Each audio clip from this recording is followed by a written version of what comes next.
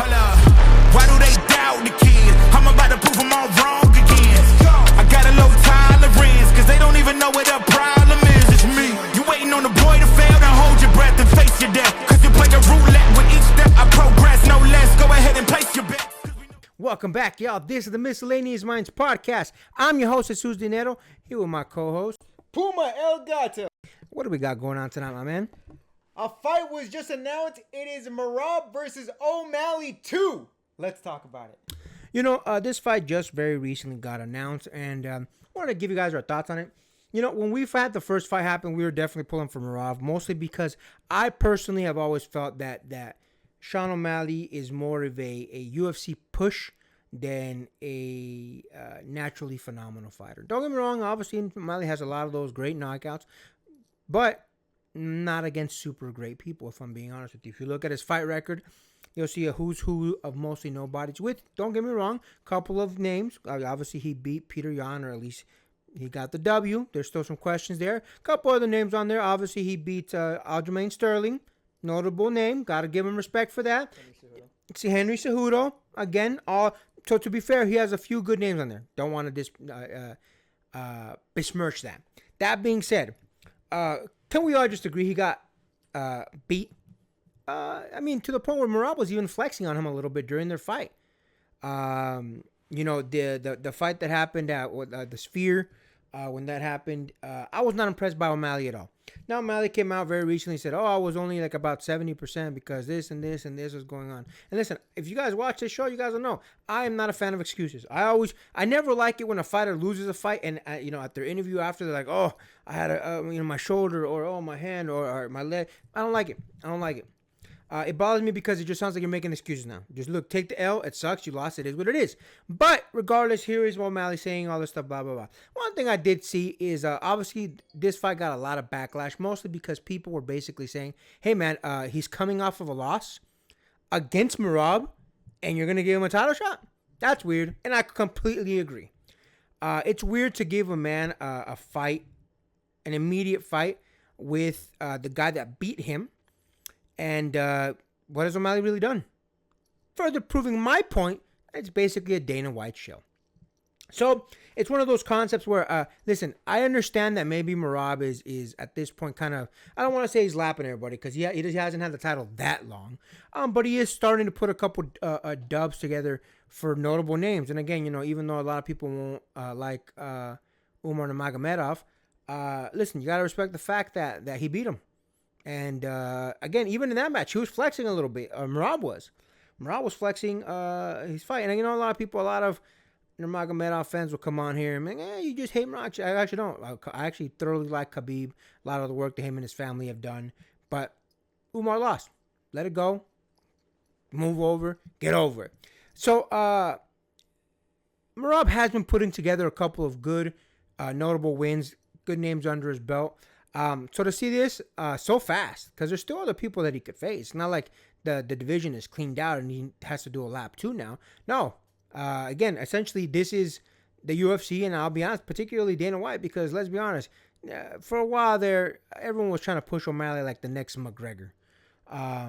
So this is a gift matchup for O'Malley. And, you know, I actually recently watched the interview with O'Malley where he's like, I feel great. This training camp is going great. You guys are going to see O'Malley at 100%.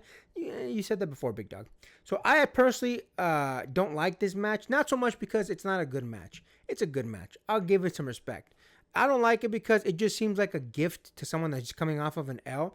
And Merab has already beat it. And you know what? If this was like a long time ago, if this was like a win that happened, 2-3 years ago, okay, fine. You know, let's run it back. It's very recent. It's very recent. It's not like it was forever and a half ago.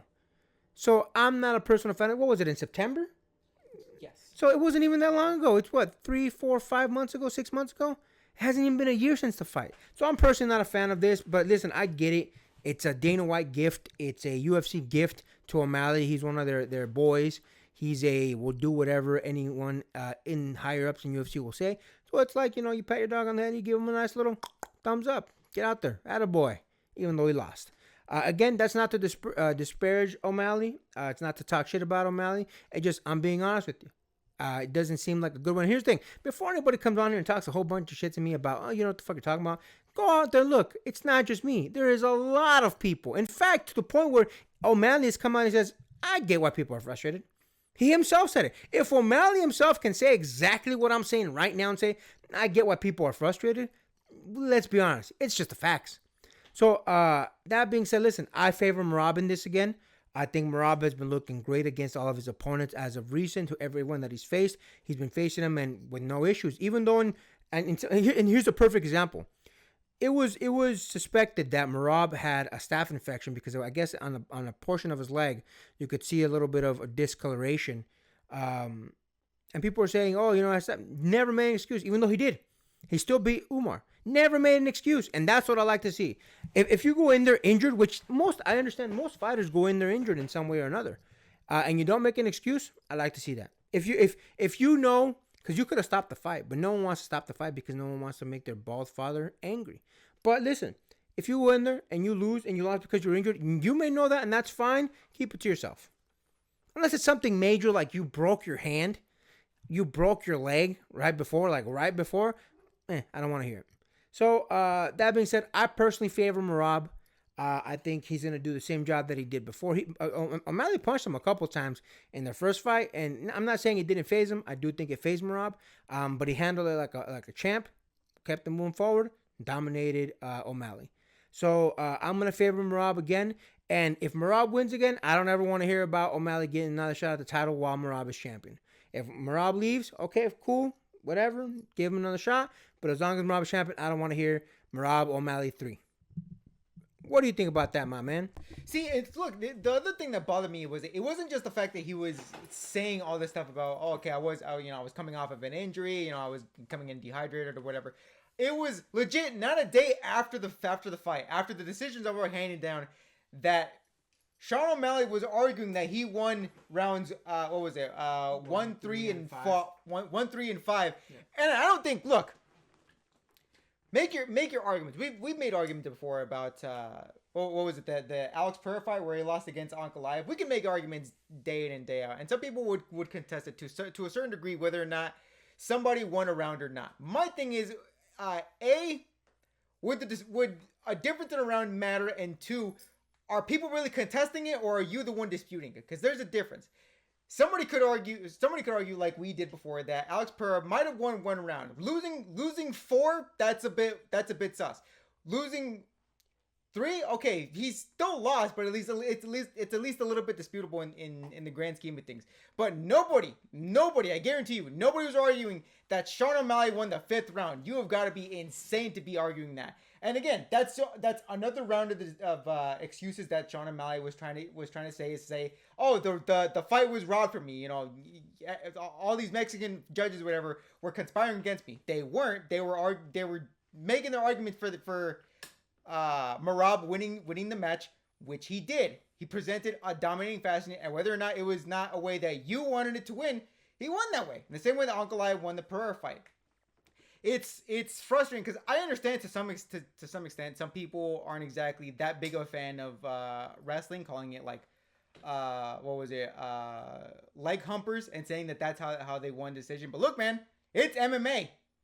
It's not just striking. If you want to striking, you either go into kickboxing or boxing. It's mixed martial arts. You got to be fully rounded. I understand to an extent.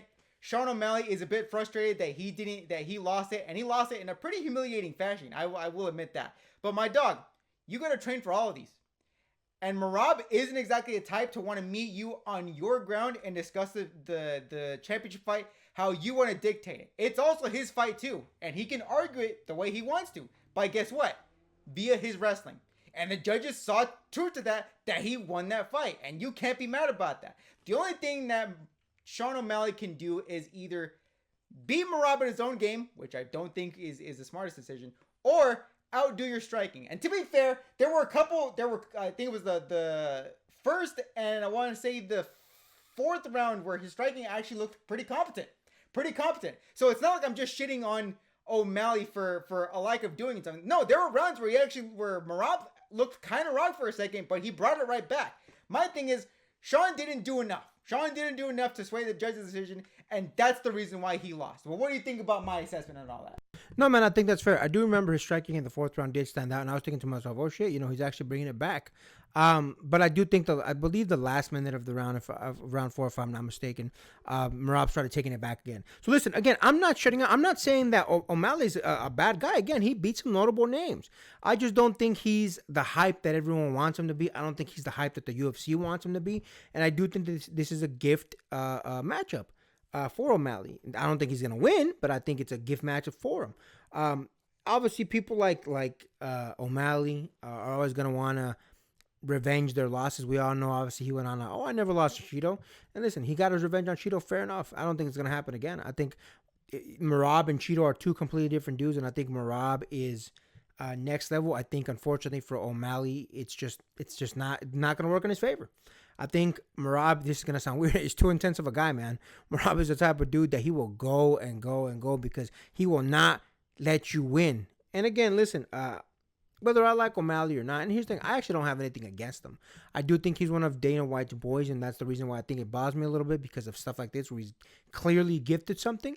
But I think when I listen to him talk, he makes a lot of sense. He's a logical guy, and I dig that about people. I just don't like the excuses. I don't like that I'm still undefeated. Are you still undefeated now?